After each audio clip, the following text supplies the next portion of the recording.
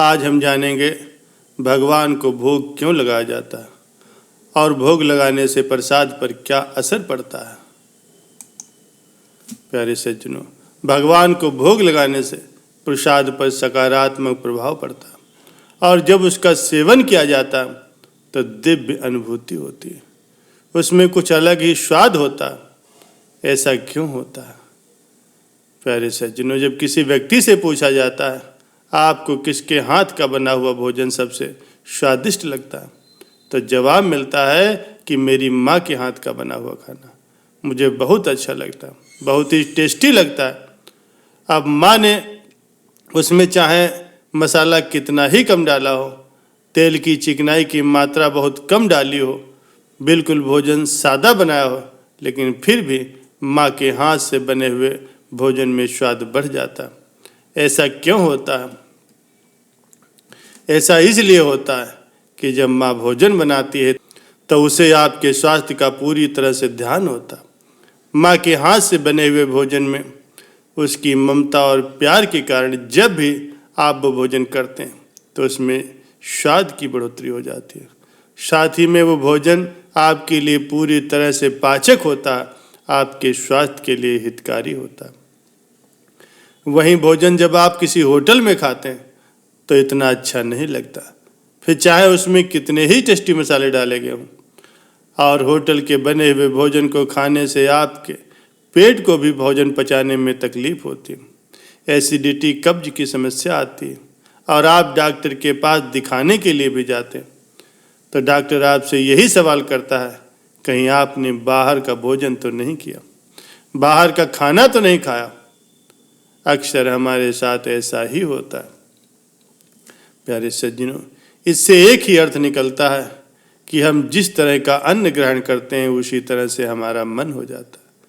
हम जैसा भोजन करेंगे उसका असर हमारे मन पर होगा और वही हमारे शरीर पर भी होता। हमारी माँ जब हमारे लिए भोजन बनाती है तो उसमें माँ का प्रेम भाव मिला होता है।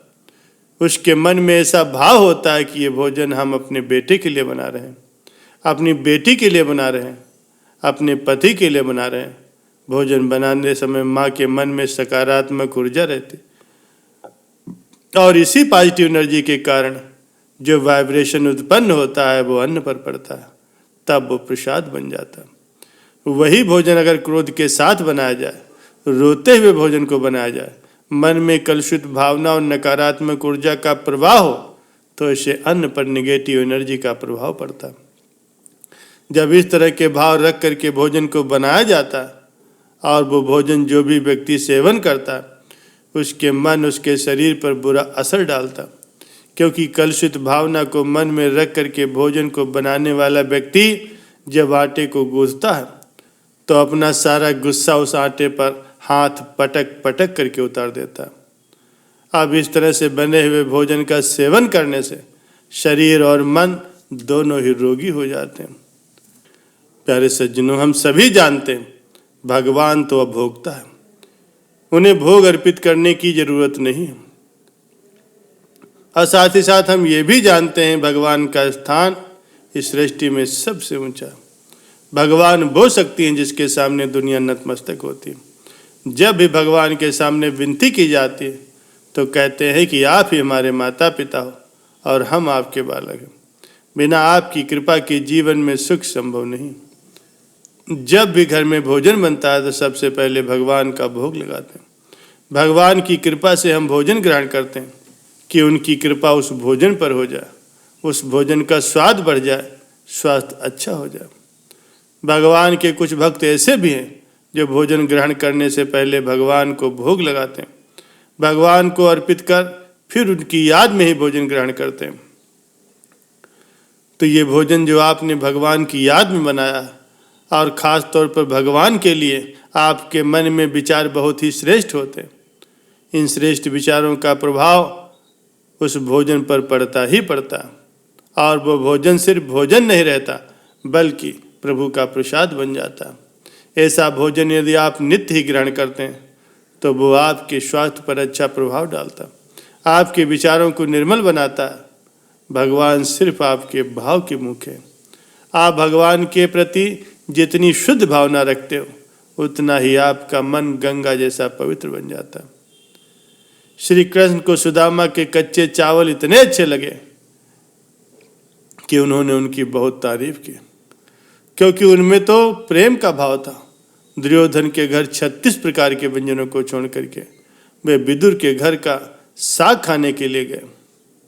प्रेम के वशीभूत होकर के भगवान राम ने सबरी के जूठे बेर खाए। भगवान सिर्फ आपके भाव के भूखे हैं कि आपका भाव भगवान के प्रति कितना गहरा है और उनके प्रति कितनी श्रद्धा है।